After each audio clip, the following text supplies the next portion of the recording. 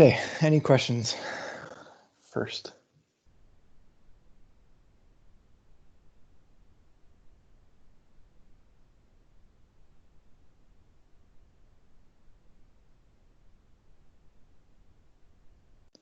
No questions? Okay, I guess we'll get started then. Let me double check. Okay, good. Okay, so we're going to talk about conservation of momentum today, but first I want to show you how impulse can be two-dimensional as well. So we've kind of dealt with the linear stuff so far, but now I want to show you how vectors come into play. So a 400-gram soccer ball is initially moving along the ground at 6.2 meters east. So that's its VI. And then the ball is kicked so that its velocity changes to that. So that's its VF. And so what is the ball's impulse? Now keep in mind that impulse, delta P, is equal to PF minus PI. So because I have VI, if I multiply that by the mass, this is technically PI. And then my VF, if I multiply by the mass, this is my PF. Okay, so in terms of vectors, my initial momentum, PI, is this line right here, PI, and that's equal to the mass times velocity, so 0.4 times 6.2. So that's 2.48 kilograms meters per second. Okay, and then my PF is this one right here, so 35 degrees north of west, so that looks like, try to draw this a little better, kind of like that. So this is your PF, which is 0.4 times 28.2. So that's 11.28 kilograms meters per second. And this angle right here is 35 degrees north of west. So I start by drawing my first two, like my vectors, and that's so that I know which way they're going. And then I look at my formula where the impulse is PF minus PI, and these are all vectors, right? These all refer to arrows. And so I look at it and I say, okay, PF minus PI, so that's PF plus negative PI. And so then it turns into, oh, that's not a straight arrow. That's okay. My PF minus my PI, like that. So this is 11.28. That's not a long enough arrow. And this is 2.48. Okay, and then I can go, this line right here is my delta P. Okay, because that's the outcome. And then I can figure out the angle inside and then do all my cosine law and stuff like that. So this angle right here was 35, which means that this angle right here is 35, which means that this angle right here is 140, 45, 180. Okay, and then I can go delta P equals 11.28 squared plus 2.48 squared minus 2 times 11.28 times 2.48 times cos 145. And then we're going to square root that. So 11.28 squared plus.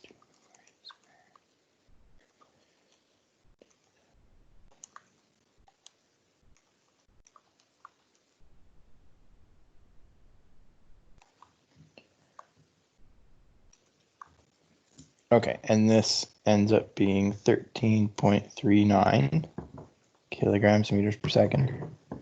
Okay, and then we got to find this angle here, this theta. So I'm going to go sine theta over 2.48 equals sine 145 over 13.39.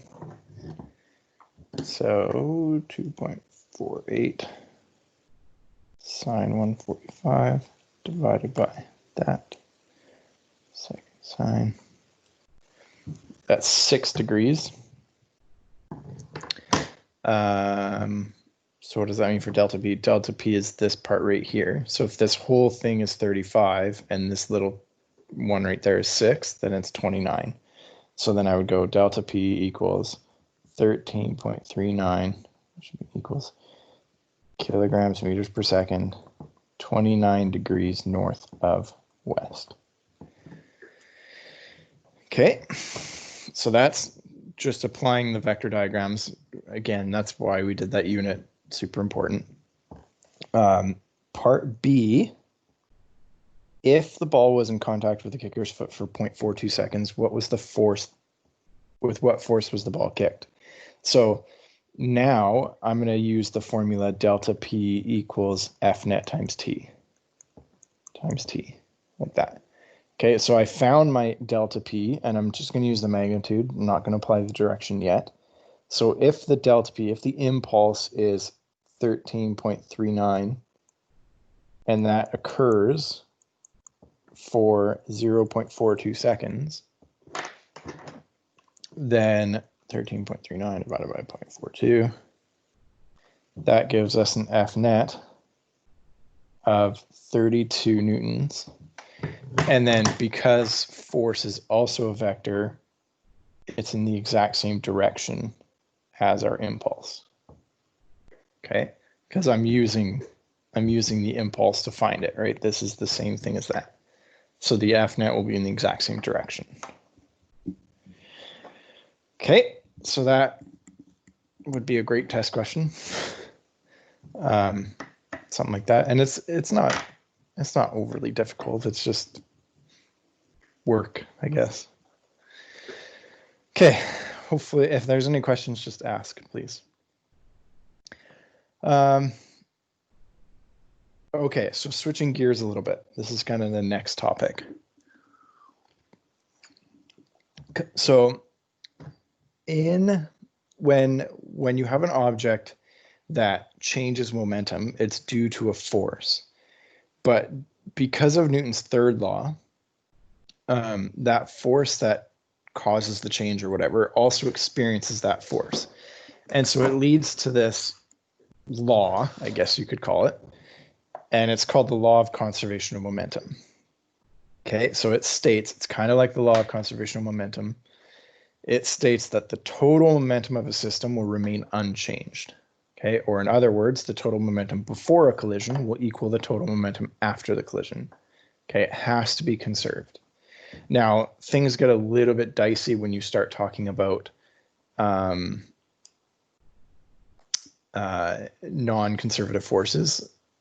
So like friction or changes in shape or things like that. But we're not going to deal with that. We're in an environment where there's no friction and there's no air resistance. So we're just going to assume those things like we did in kinematics. Okay. So, oh yeah, and energy must also be conserved. And this is the total energy. Total energy has to be conserved. Okay. Those are the two rules that kind of rule any collision. So in this scenario, car A and car B are driving towards each other and then collide. So car A is going that way, car B is going that way.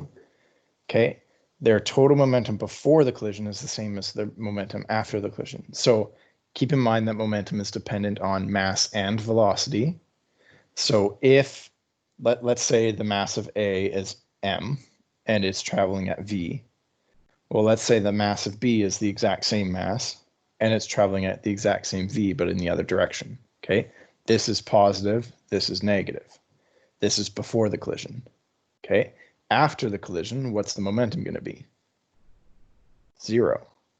Okay, because if this is positive momentum and this is negative momentum, the overall total momentum before the collision is actually 0.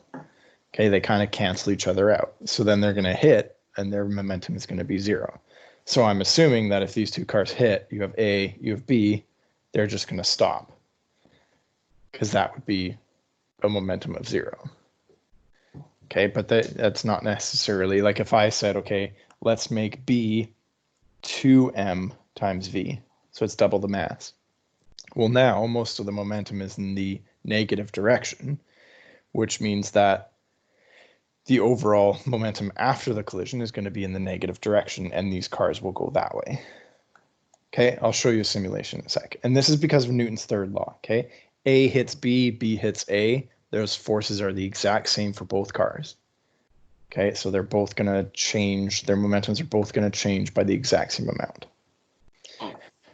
Now, before we get to simulations, there are two possible extremes, okay? And there's the terminology around this is a little bit tricky. So there is elastic. Okay, this is where you have two objects before the collision. Before. And two objects after the collision, which means they bounce off of each other like an elastic. Okay, elastic bounces, so they bounce. Now, the reason why I'm saying two possible extremes, because collisions can be, most collisions happen somewhere in between. They're not actually extremes.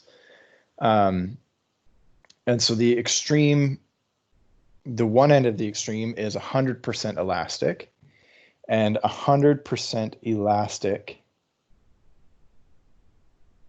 is when the total EK, kinetic energy, is conserved.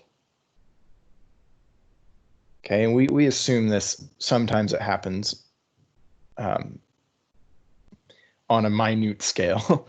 Like if you've ever played billiards or pool, that's, you can count those as elastic, but there's still like, there's sound energy, there's heat because of friction, but those are so minuscule that it's pretty much 100% conserved kinetic energy. So we're just going to assume that it could be, but in reality, this doesn't happen unless it's on like a subatomic level. Okay, so 100% elastic doesn't happen unless you're like crashing two protons together or something like that. Okay, so you have 100% elastic on one end, and then you have inelastic on the other end.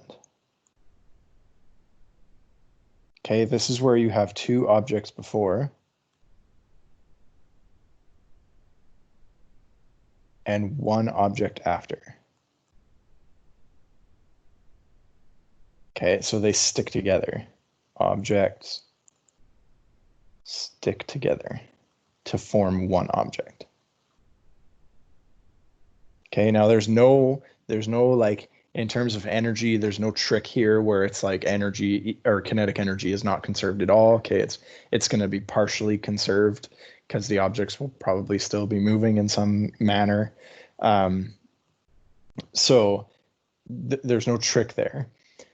Now, in terms of momentum, you kind of have to deal with both in a way. So like if I say there's a collision, but I don't say it's 100% elastic, you can't assume kinetic energy is conserved. Okay, but you would still say, okay, if there's two objects before, you have P1 initial plus P2 initial, because you have two objects initially, and then you have P1 final plus P2 final. Okay, so the momentum of the first object plus the second object before the collision is equal to the momentum of the first object plus the second object after the collision. That's what this formula says. Okay, whereas in inelastic collisions, you have two objects before, so P1i plus P2i, two objects, equals PF, because they stick together, so you only have one momentum after the collision. But and the only difference here, the one I'm trying to explain here, is that unless it says 100% elastic, and if you're ever confused, just send me a quick chat and say, hey, are we assuming this is 100% elastic? I will say yes or no. If it is 100% elastic, then further to this formula right here, you could say that the EK1I plus EK2I is equal to EK1F plus EK2F. Okay, you have another formula you could use. Okay, and sometimes you'll have to, because it doesn't give you enough information to solve just using momentum. Sometimes you have to use momentum and energy. Okay, very, very rare cases, but it happens.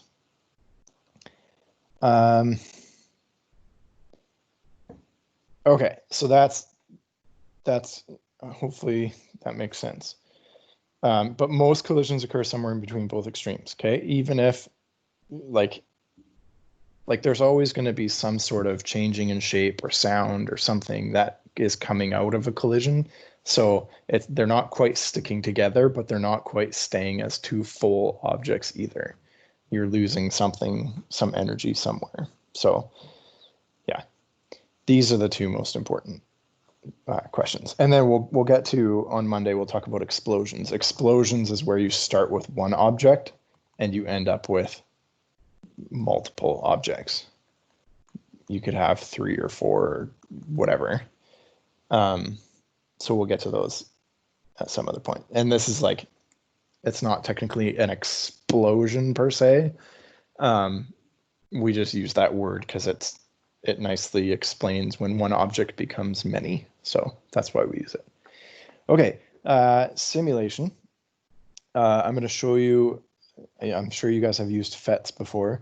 So a cart is traveling to the right at V where it collides with another cart of the same mass at rest. So we have a cart that's going to be moving like that, and then a cart that's at rest. And then we're going to see what happens afterwards based off of conservation of momentum. So I have that here. It's bigger. So here we have the red one is or they're both 1 kilogram, but the red one's moving. So, and then I have elasticity set to 100%, and I will add in the momentum vectors. Let's do kinetic energy as well. So 0.5, and then, yeah, let's show values. There we go. Okay, so notice how momentum of the first one is 1, momentum of the second one is 0 because it's not moving. So let's press play and then pause. So all of the momentum of the red ball is transferred into the green ball. Okay, they just switch momentums. Notice how the kinetic energy is 0.5 joules, both like the whole time. Okay, so that's the momentum is conserved, right? Because we have, I'll add in the diagram.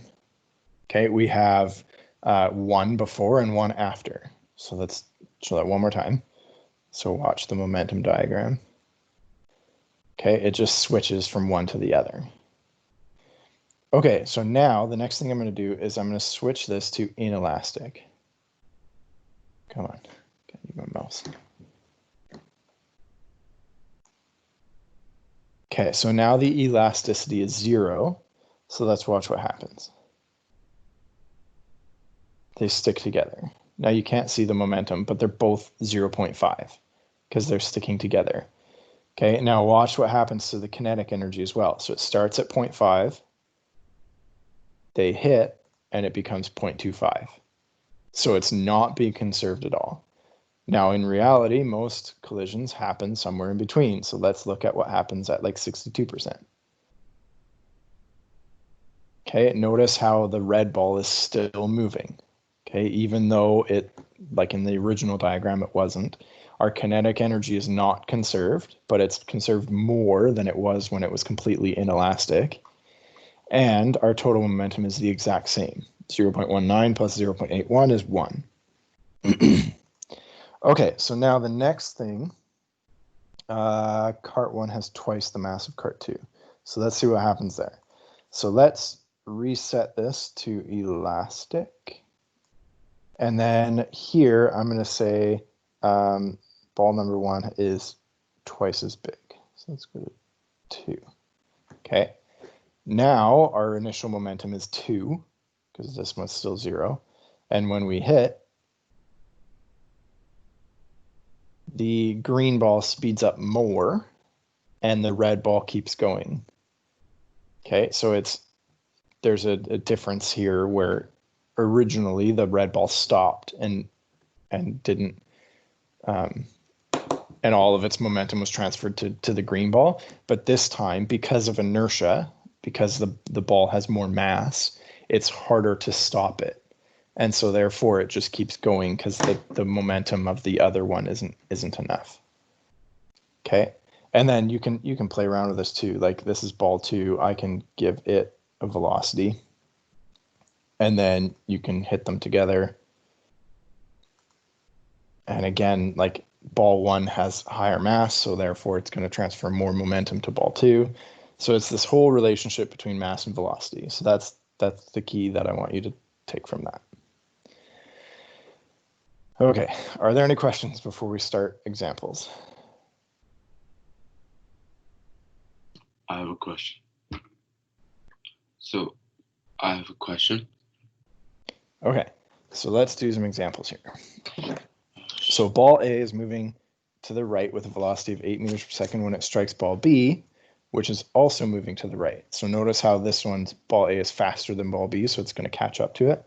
So we have ball A, which is 2 kilograms, moving at 8 meters per second. And we have ball B, which is 3 kilograms. I don't know why I drew smaller. B, 3 kilograms, and it's moving at 3 meters per second. Okay, and so this is before, and then after, ball A is moving to the right at 2.2 meters per second. Okay, and it's still 2 kilograms. That didn't change. So we want to know what the velocity of B is. So this is after. Okay, now the reason I'm showing it like this is because I'm going to set up the equation the exact same way. I'm going to go P1I plus P2I equals, and I'm not going to give as much space, but P1F plus P2F, like that. And I know that this is going to be moving that way at some velocity. I don't know yet. So P1I, we're just going to go through it and go MV, MV, MV, MV, like it just, that's what the momentum is. So this one's going to be 2 times 8 plus 3 times 3 equals 2 times 2.2 plus 3 times V. Okay, this one's still 3 kilograms. Okay, and then we can find the velocity of the last one. So 16 plus 9, so that's 25, equals 4.4 plus 3V. 25 minus 4.4 is 20.6 divided by 3, just under 7. V equals 6.9 meters per second. Okay, and then if I were to ask you, like, is this collision elastic or not? You could check the EKs, the kinetic energy. So I'm just going to do that real quick. It's just to show you how. I'm not asking that question right now, but I could. So if that were the case, I would go EK1I plus EK2I equals EK1F plus EK2F. And so if it's elastic, both sides of this equation are going to be the exact same thing.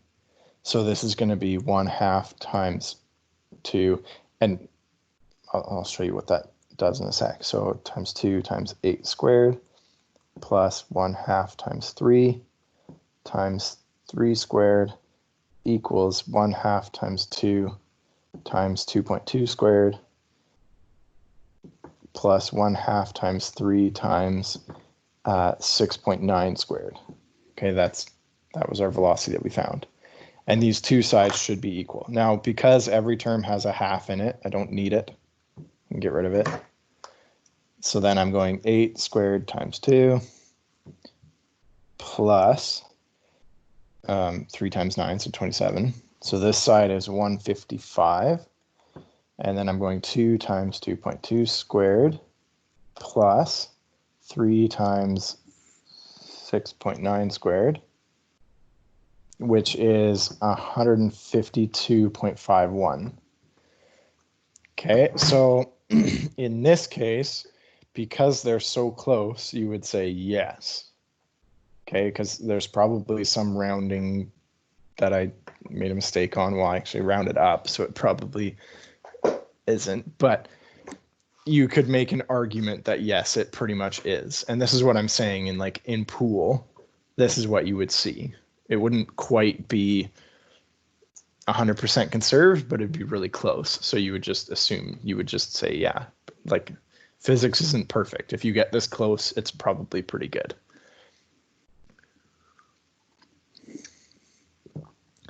Okay, next question. So this one deals with an inelastic collision. Oh yeah, I forgot to change this question. Let's change this to 21.2 meters per second because my bullet was super slow last time. Okay, so 250 gram bullet is shot into a 2 kilogram block of wood that is at rest on a frictionless table. The block and the bullet, so they're sticking together, move off at 21.2 meters per second. How fast was the bullet moving? So in this case, here's our table, here's our block of wood, here's our bullet. Okay, we don't know this initial velocity. Okay, and the mass is 0.25 kilograms. And this is 2 kilograms and its V is 0. Okay, and then after the collision, there's our block of wood, there's our bullet inside the block of wood. It's moving off at, and this is 2.25 kilograms because they're sticking together. Okay, so now the mass of that object is the mass of both added together. And this is 21.2 meters per second. So we have before P1I plus P2I and after PF, okay, because there's only one object, one quantum. And so this is going to be 0.25 V equals, this is 0, it's not moving, 2.25 times 21.2. Okay, so 2.25 times 21.2 divided by 0.25, which is 190.8 meters per second. That's better. Okay, any questions about that one?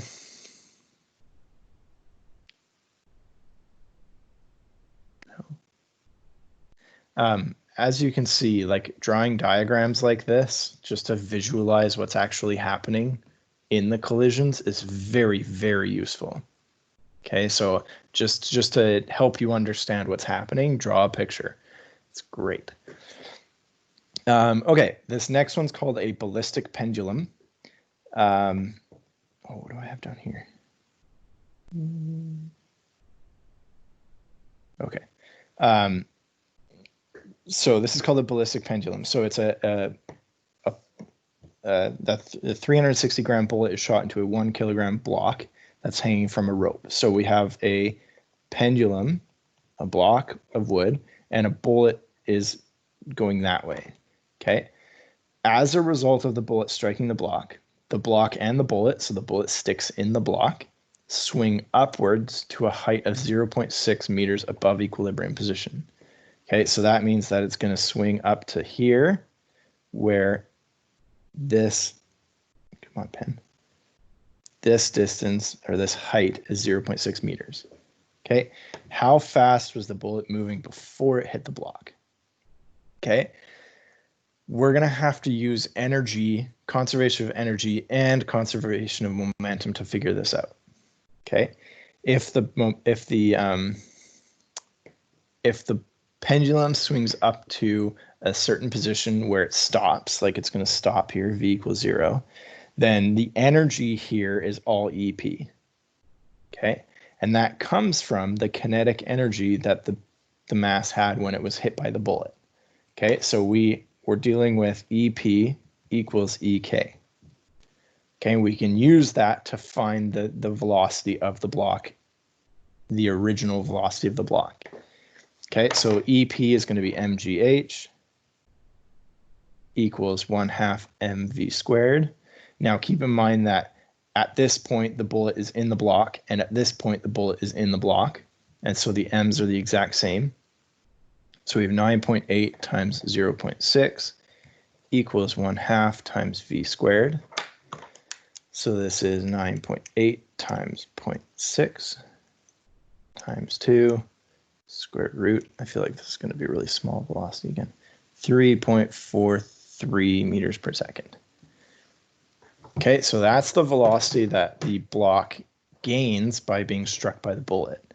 So now let's deal with the momentum that occurs. So we have the momentum of the bullet, P,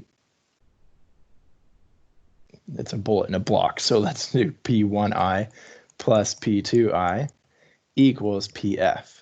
Okay, same as above. Bullet hits the block, sticks in the block. You have two objects before, one object after. So we have the bullet, which is 0.36 kilograms times its velocity, which we don't know. We're trying to find that.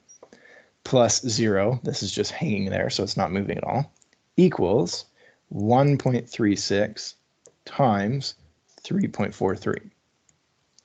Okay, we know that the final velocity after they hit is 3.43 because it swings up, and we can figure out the energy behind it.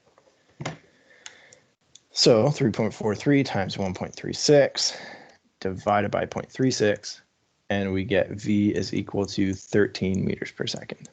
Yeah, that's a really, really slow bullet. That's okay. That's like a Nerf gun. Okay, any questions about that one?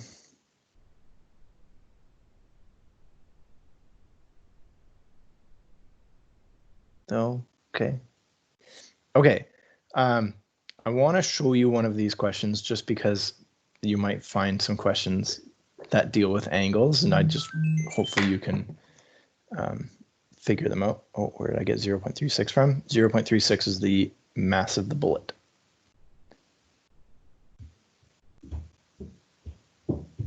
That's where the 0.36 is from.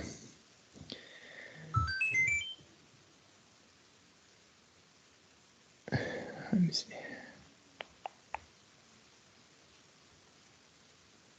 Okay. Okay, so someone's at D9. Just to show you why I'm showing you this, if you go to our team and under files, I dumped a bunch of stuff on our files page today. Files, class materials, energy momentum. So there's, yeah, I dumped a bunch of worksheets on here. So in terms of today, it's like you can do momentum and impulse, you can do conservation of momentum, and you could even do inelastic elastic, and you could probably do momentum in 2 dimensions, but you probably not. Like you don't have to do that one at all. And how much you do of the other stuff is kind of up to you, but it's just in addition to the worksheet package, the worksheets I just posted are a little bit better in terms of understanding the material and stuff. So let me just show you how to do this angled question, and then we'll stop there and you guys can work. So we have a 170 gram cue ball. So that's the white ball that you hit with the cue stick, is hit so that its velocity is 3.2 meters per second east. The cue ball strikes a stationary 160 gram 8 ball. So the cue ball is bigger because of, if you think about if you were designing pool and you made all the balls the exact same mass, well, you need the ball you're shooting to be bigger so that any energy that is lost is accounted for by the bigger mass of the cue ball. So that's why it's heavier. Now it strikes it obliquely. Obliquely means not directly. So it just means at an angle. So in terms of like the balls, it's not going to hit directly like that. It's going to hit like that. So it's going to hit the ball on the side of the sphere. So it's not going to go straight. The cue ball's velocity after the collision is this. What is the velocity of the 8 ball after the collision? So what we have here is we have and I'm going to call it elastic, but I don't know if it's 100% elastic or not, but because I have 2 objects before, 2 objects after, I'm calling it elastic. They're going to bounce off each other. So we have P1, I'm going to do this up here, P1x plus P2, no, why am I doing x's? That's what I want to do down there. P1 P1i plus P2i equals P1f plus P2f. Okay, and there's two ways you can think about this. Because the total momentum is conserved, it has to be conserved in each component, in each axis. So if you deal with, so let's do method 1. Okay, this is going to be with components. So with components, P1 x plus P2x equals P1 final x plus P2 final x.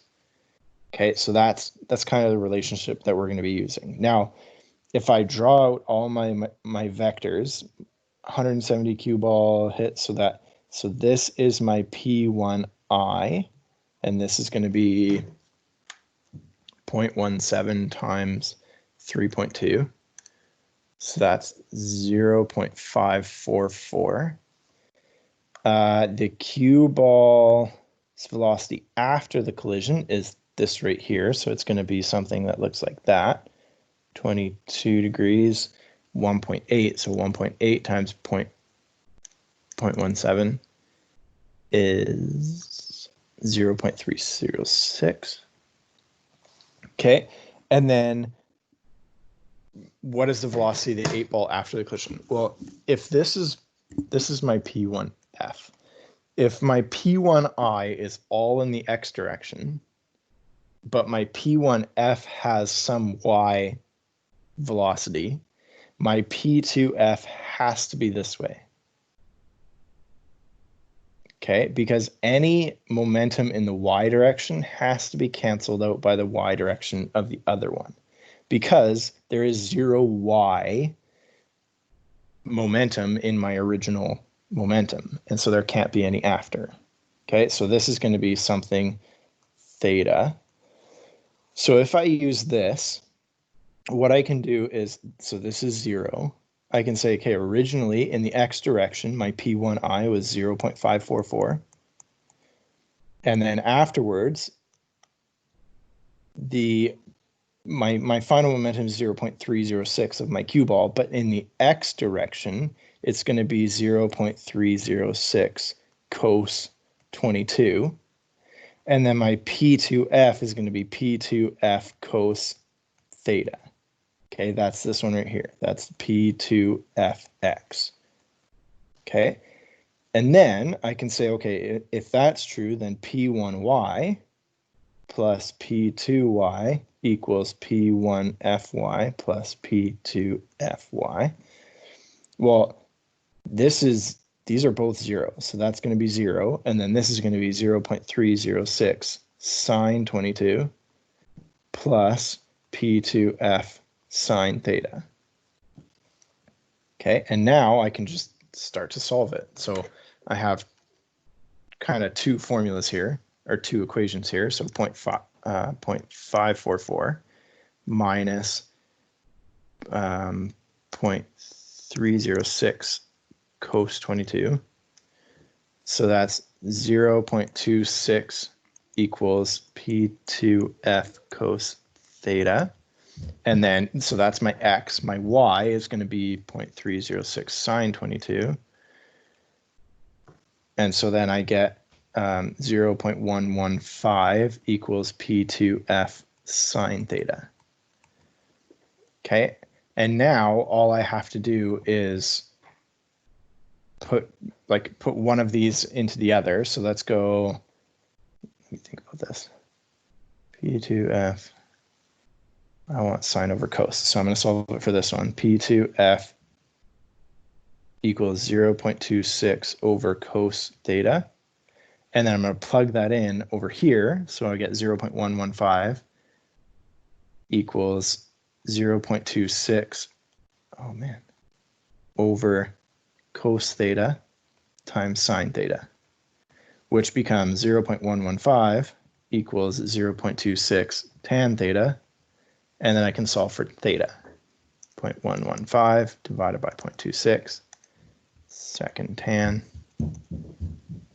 And I get theta is 24 degrees. Okay, and then once I have that, I can just say P2F is 0.26 divided by cos theta, so divided by cos 24. And that is P2F equals 0.28.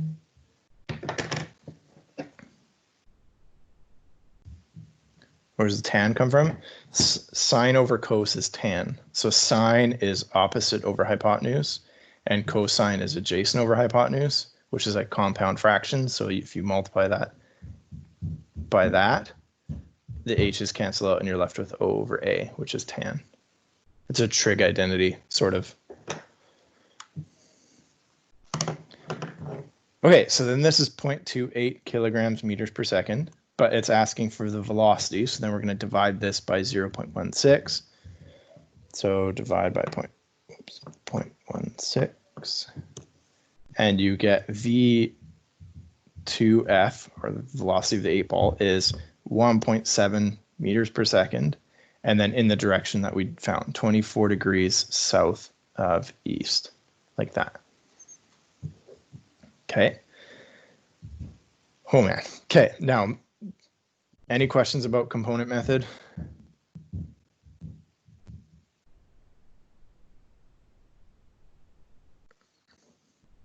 Okay. Method 2 doesn't break into vectors, but we're just going to use the vectors themselves. So again, we're dealing with this P1I plus P2I equals P1F plus P2F.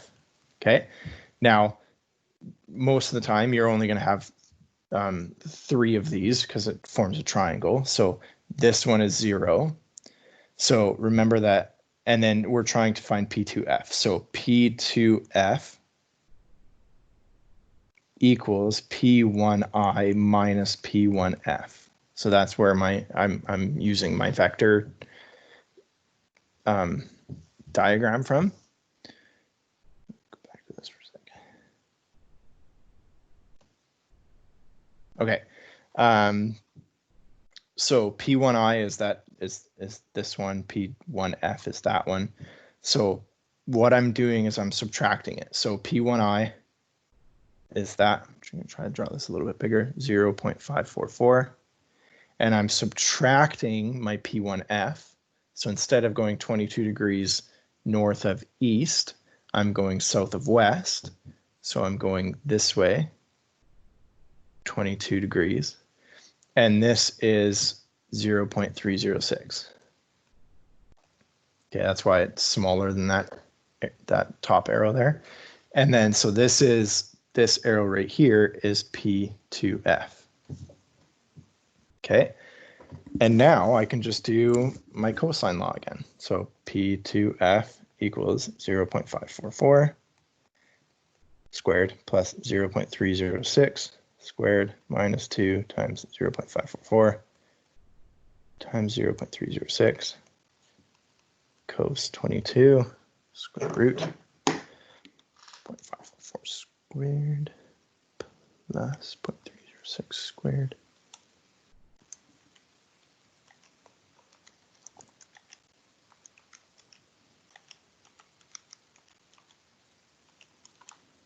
Okay, and this gives me 0.284 kilograms meters per second. Okay, and then so that's that side, and then we're going to find theta. So sine theta over 0.306, and I know that it's going to come out as 24 degrees because we just found that. 22 degrees over 0.284. So theta is going to come out as, let me just double check it, 0 times sine 22 divided by my answer. Second sine, yeah, 24 degrees. Okay, and now you have P2F equals 0.284 kilograms meters per second, 24 degrees south of east, the exact same thing we had above, and then just again divide by your mass, 0.16, to get your velocity, 1.7. 24 degrees south of east. Okay, so there's two ways you can do it. You can either break it into components, and I'm not saying one is better than the other. Like typically I would say, yeah, somebody just said method 2 is way easier, and I agree with that. But sometimes it's pretty obvious where it's like I'm not saying I would always use method number 2, but that's my go-to. But like if I looked at this and said, okay, my initial momentum is only in the x direction, it's you could just use that as well. Like it's sometimes it's easier to just do that. So yeah. Okay. So now if you come into angle questions, if you'll have some sort of start. And I'm not saying like you don't have to ask me, oh, I don't know how to do this question. How do I do it? Like we'll go over more angles on Monday, and then so we'll cover angles and explosions. But I mean, you should be able to do some of the angle ones. Okay, so again, you could do. Oh man, I got rid of it. Where's my file stuff? No files.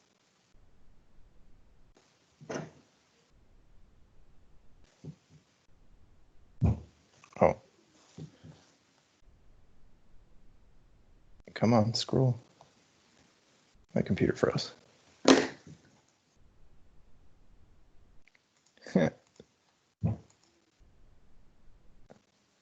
There we go. There's the bottom.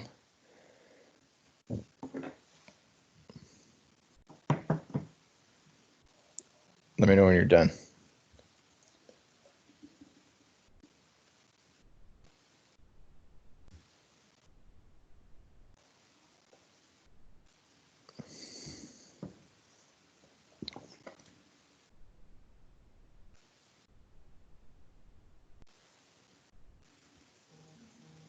Okay.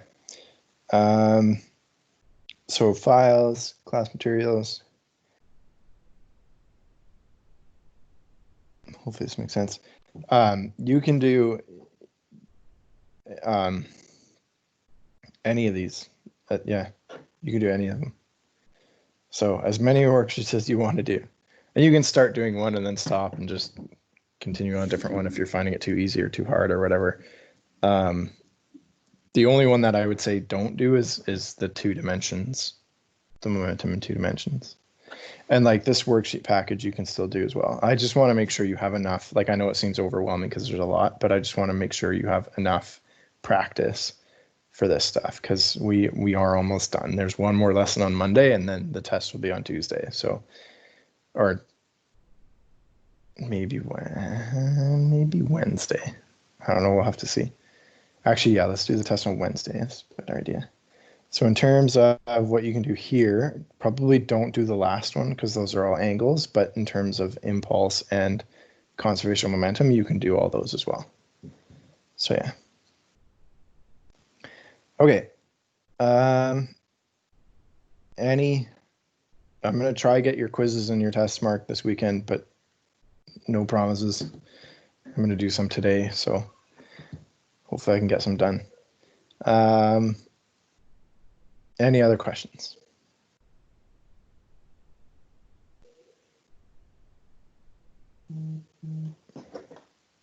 Is the energy quiz due today? Yes, it's due at the end of the day today.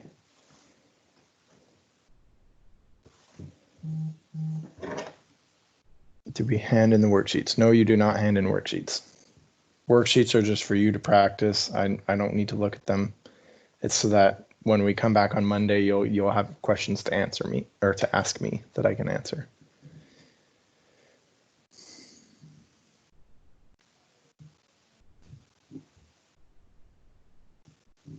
Other questions?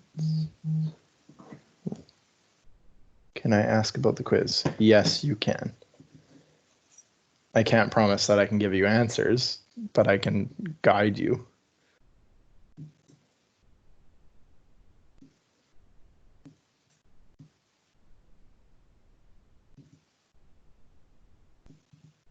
Okay.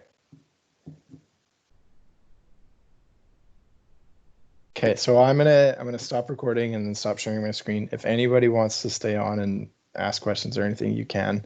But that's it for now, and I will see you guys Monday morning at 8:30. So have a great weekend.